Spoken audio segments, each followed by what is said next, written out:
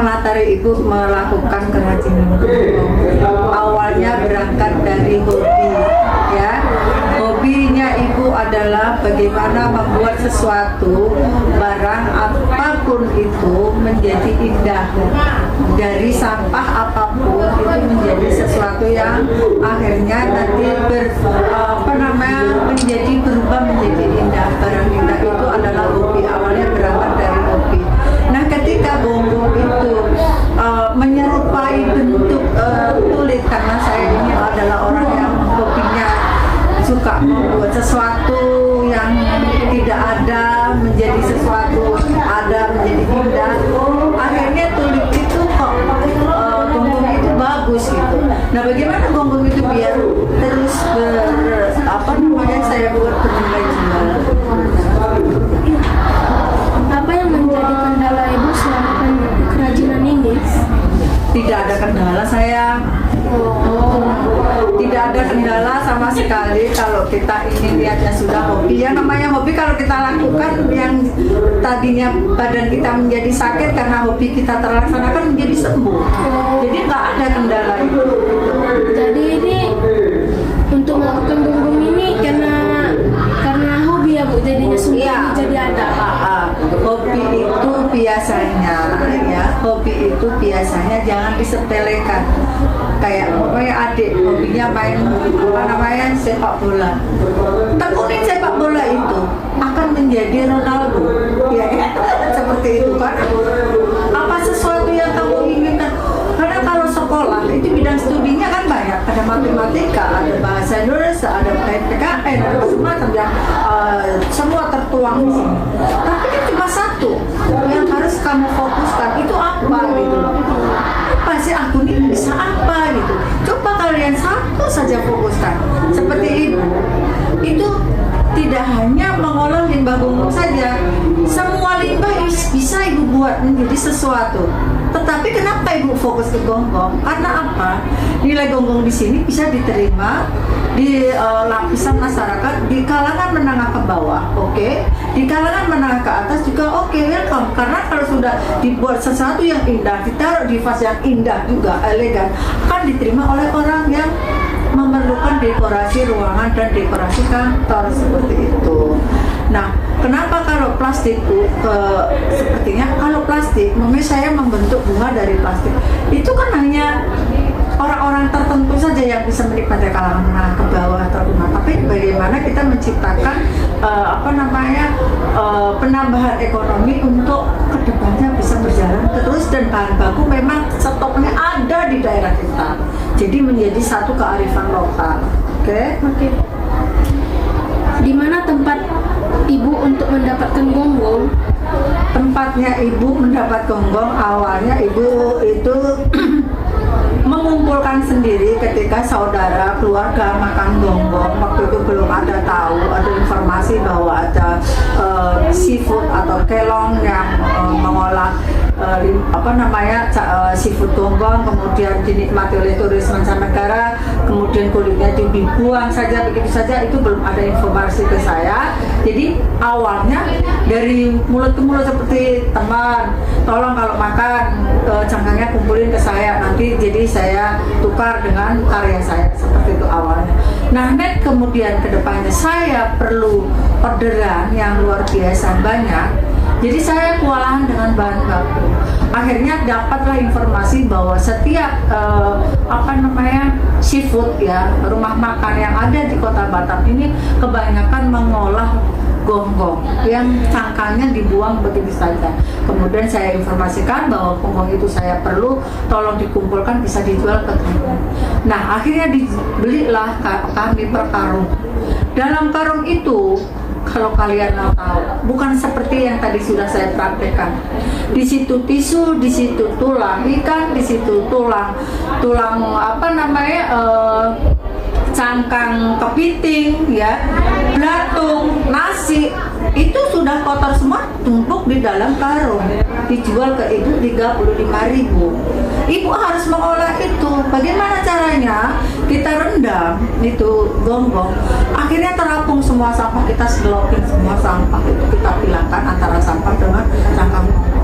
Nah, baru tadi ada perendaman hari 3 malam, mengeluarkan isi dagingnya.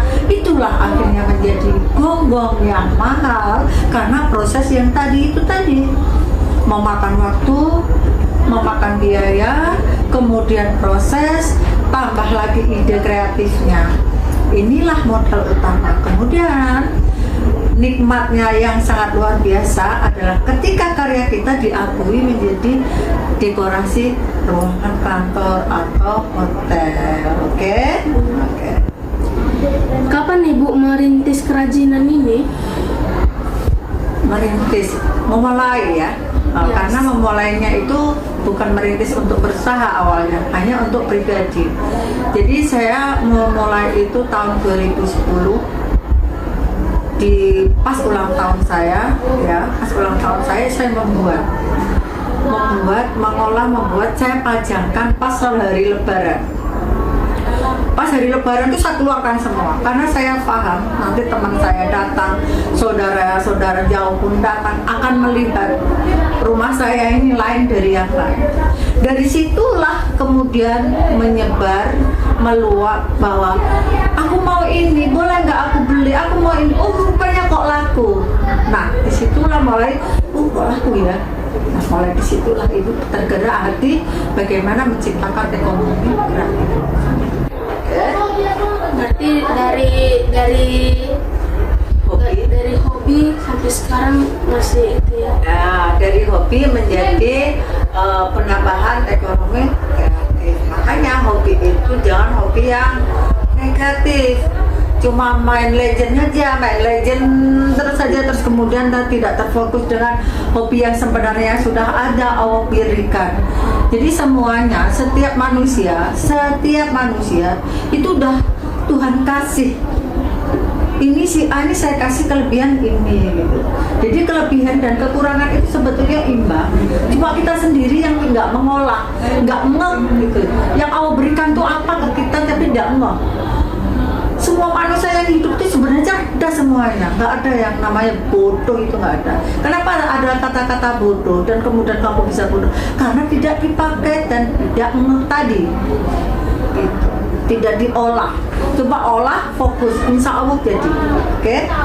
Jadi Bu, manusia itu bukan bodoh, berarti bukan bodoh, hanya malas dan tidak ingin melakukan apa yang baik, hanya negatif saja seperti bermain gadget, bermain handphone dan aplikasi-aplikasi yang menghabiskan waktunya. Oke, iya.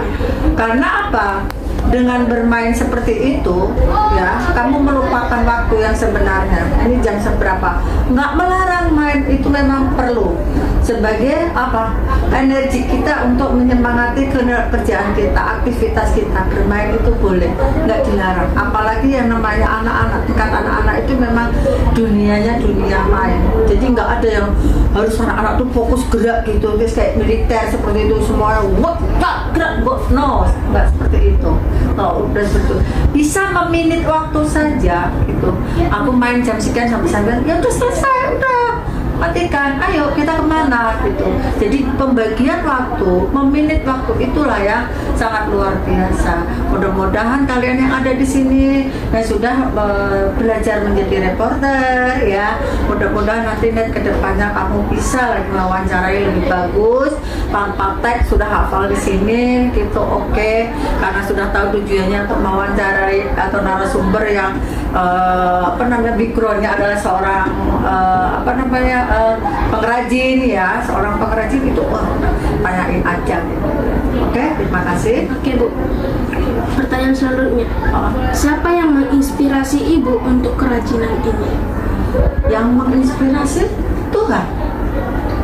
Inspirasinya Ibu tuh alam di sekitar itu menjadi inspirasi Ibu. Ketika saya memandang gonggong itu ciptaan siapa? Tuhan kan? Nah, disitulah datang inspirasi bahwa gonggong itu seperti tulip yang Allah ciptakan. Allah menciptakan tulip yang lain yang tidak seperti gonggong. Tapi bentuk gonggong itu adalah bentuk seperti bunga gitu di tatapan mata saya gitu, di mata Ibu itu seperti bunga. Jadi inspirasi saya adalah alam. Ketika saya melihat bunga, ih ada bunga cantik sekali luar biasa. Bisa nggak gonggong itu saya buat seperti yang saya lihat bunga saat ini yang tumbuh di halaman orang lain atau di toko bunga. Makanya setiap saya datang ke toko bunga, ya Allah ya Rabb subhanallah, yang maha seni, yang maha karya adalah Tuhan yang Maha Esa. Subhanallah, kita cuma hanya ngikutin saja. Wih, coba aku gonggong ini tak gitu kan, bisa nggak ya seperti ciptaan Allah yang tadi harum, sudah bunga itu harum, bentuknya bagus, warnanya bagus, kolaborasinya yang nggak bisa ada tandingnya, itu saya tuangkan ke gonggong.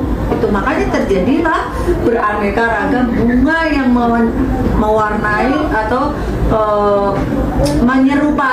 menyerupai seperti ciptaan Allah yang sesungguhnya. Oke. Mengapa Ibu memilih gonggong sebagai kerajinan? Oh iya, sangat bagus pertanyaannya. Kenapa memilih gonggong sebagai kerajinan? Karena satu, ketika memulai saya menciptakan karya-karya dari gonggong, orang itu berkenan. Orang itu berkenan sampai beliau mengeluarkan uang hanya untuk sebuah karya yang menurut saya biasa saja, tapi menurut mereka sesuatu yang hal yang ini loh di tong sampah, tapi bisa menjadi di atas meja, bahkan di atas meja direktur, di atas meja atau di ruangan lobi perhotelan, sesuatu yang luar biasa. Nah makanya kenapa kok gonggong gitu ya? Gonggong. Karena gonggong adalah identik dengan daerah kita. Ibu itu udah keliling ke seluruh Indonesia, daerah Indonesia, dari mulai tahun 2012 sampai ketemu sama Presiden kita Pak Jokowi itu tahun 2017. Kalau tidak salah 27 Oktober kalau nggak salah. Itu saya bertemu sama Presiden tadi. Ini gonggong ini ada di mana? Ada di Kepulauan Riau. Dan memang Kepulauan Riau yang banyak sekali gonggong ada di tempat lain, di provinsi lain, namun tidak persis seperti yang ada di Kepulauan Riau. Jadi ini adalah ciri khas. Itulah yang membuat saya makin menggebu. Kalau gitu nggak ada yang menyamainya gitu. Kalau karya kita nggak ada yang menyamainya itu kan semangat gitu kan. Nah seperti itu. Aku kepingin memperlihatkan daerahku. Aku kepingin memperlihatkan ciri khas daerahku. Nah itulah semangat bagaimana saya gonggong itu harus begini, harus hidup gitu, sampai dituangkanlah pada tahun keberapa itu menjadi batik gonggong yang kemudian diangkat sama pemerintah Kota Batam kita, ya kan, ada batik gonggong yang sekarang ada tambahan batik marlin gonggong. Dan kebetulan ibu itu 2 periode itu menjadi pengurus Dekranasda Kota Batam bidang kreatif dan daya saing. Jadi saya tahu daerah mana itu hasilnya apa, daerah mana itu yang menonjol itu apa gitu. Itu alhamdulillah Medan. Kadang wali kota kita, Bu ayo kita ke Medan, Bu ayo kita ke mana, Bu ayo kita ke Padang. Kenapa kunjungan kerja itu? Untuk melihat masyarakat itu apa sih yang paling menonjol di situ, di daerah itu, bisa menjadi mengangkat perekonomian orang rumah, ibu-ibu rumah tangga. Nah, keinginan ibu yang seperti itu. Gonggong ini banyak betul loh, kenapa ayo gitu. Apalagi seorang laki-laki, mungkin kalau ibu hanya menciptakan beraneka ragam bunga dan aksesoris, mungkin laki-laki akan menciptakan lain, mungkin tidak bunga, mungkin bisa perabotan rumah tangga. Dengan kita kolaborasi dengan bahan-bahan yang lain, bisa berbentuk meja, piring, apa semua dari gonggong, itu bisa gitu. Oke? Jadi Bu, sampah ini bisa menjadi indah ya kan Bu? Ya. Jadi indah, membawa kita kepada yang sukses. Ya. Bagaimana saran Ibu bagi kami yang pemula untuk membuat gonggong sarannya pokoknya semangat, niat bahwa kita sekolah, punya pendidikan, keluar dari sekolahan tidak untuk mencari hanya aku sekolah itu bakalnya bisa bekerja, tidak. Banyak pengangguran yang sarjana, yang sudah kuliah, banyak di sana, di luar sana, menuju pintu untuk bekerja. Kesempatan bekerja di Indonesia itu sangat minim, walaupun tidak sudah sekolah tinggi. Jadi kadang-kadang ada yang kadang salah dalam persepsi untuk pendidikan. Kita berpendidikan itu memang sangat dianjurkan, tapi jangan salah persepsi bahwa kita berpendidikan memang harus bisa bekerja menjadi sekretaris di PT A, di PT B. Sekretaris dimanapun, di manajer dimanapun hanya terbatas beberapa orang. Sedangkan kita yang keluar dari sekolah ribuan orang akan kemana? Nah, kalau kita punya kreatif, kalau kita punya ide, kita membuat itu santai saja. Kenapa kok bisa santai, Bu? Jangan takut kalau kita kerja di lapangan.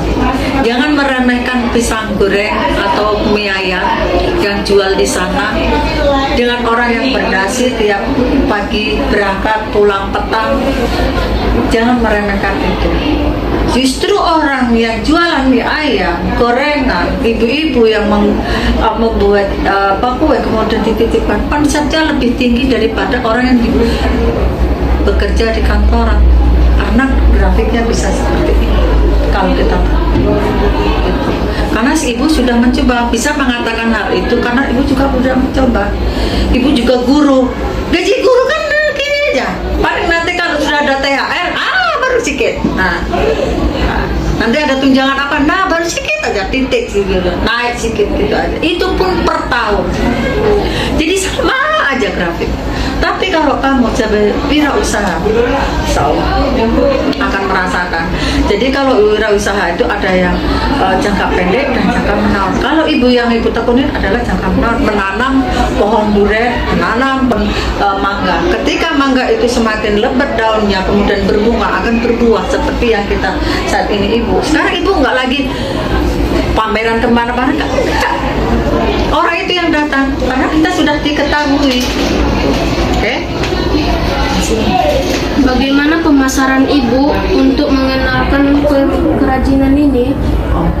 Pemasarannya awalnya dari mulut ke mulut awalnya, terus kemudian dari pameran, dari bazar, terus kemudian ada bantuan dari pemerintah itu seperti tempat gitu kan, Bun, ini diisi ada galeri di Jakarta. Setiap provinsi itu diberikan galeri kepada pemerintah pusat atau ke pemerintahan pusat itu memberikan setiap provinsi itu punya galeri di gedung Semesko namanya di Jakarta, di gedung bulat namanya gedung UKM. Setiap provinsi harus mengisi daripada produk-produknya provinsi mana, ini produknya di sini, provinsi apa ini di sini. Ya, jadi semua Yogyakarta itu yang paling luar biasa, Yogyakarta produknya sangat luar biasa. Nah, kalau provinsi kita Kepulauan Riau awalnya itu yang pertama kali mengisi adalah di galeri Semesko itu 10x10 full itu adalah produk saya semuanya, karena zaman dulu belum ada banyak IKM yang timbul di permukaan yang bisa seperti itu. Nah, alhamdulillah sekarang sudah banyak IKM yang luar biasa, kemudian banyak mengisi galeri itu di gedung Semesko Jakarta. Berapa karya ibu yang sudah ibu pasarkan? Wah, tidak terhitung saya. Tahun 2000 berapa itu dihitung aja sudah 500 ribuan. Banyak juga yang beli ya? Bang,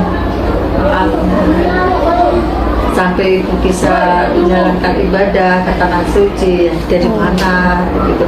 Terus kemudian kita membiayai kehidupan ketika sudah pensiun dari guru, ya kan kalau sudah pensiun terus kemudian menjadi guru bidang kan cuma jam-jam tertentu, tetapi karena kita sudah menanamkan tadi, kita menanam itu datang orang seperti tiba-tiba, Bu, saya mau buat ini, bagaimana? Jadi ibu punya solusi di dalam usaha ibu namanya Rumah Keong, bisa kamu lihat atau bisa kamu temui di medsos itu, VB Ibu Suyati Lalonowati, kemudian di IG-nya adalah Rumah Keong titik Batang. Nah, nanti bisa ketemu aktivitas itu seperti apa, itu dari tahun berapa.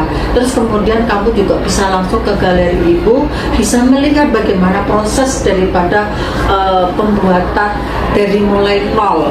Kalau tadi tidak bisa dari mulai nol karena itu hanya permintaan kepala sekolah hanya untuk simulasi sementara saja. Berapa harga kerajinan yang ibu buat dari yang paling terkecil sampai terbesar? 15.000 sampai jutaan rupiah. Yang jutaan rupiah itu berbentuk apa, Bu?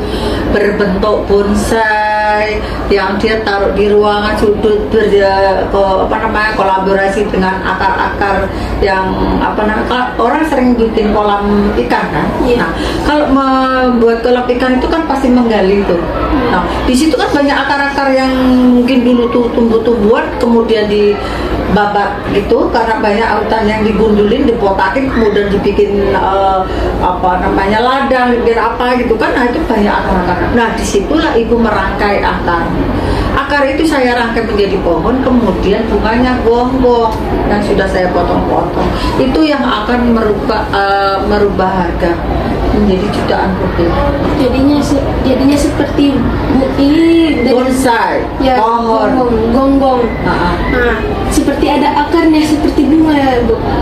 sepertinya pohon, tapi itu adalah akar yang ibu rangkai, yang ibu gabungkan itu menjadi ranting, ini menjadi bunga, ini menjadi ini seperti itu akar berdiri tegak. Kamu boleh lihat di galeri ibu.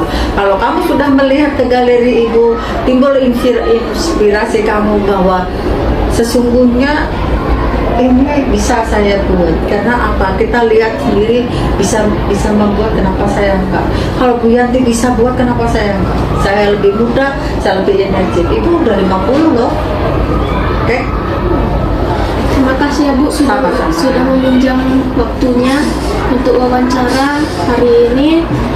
Selamat siang. Selamat siang.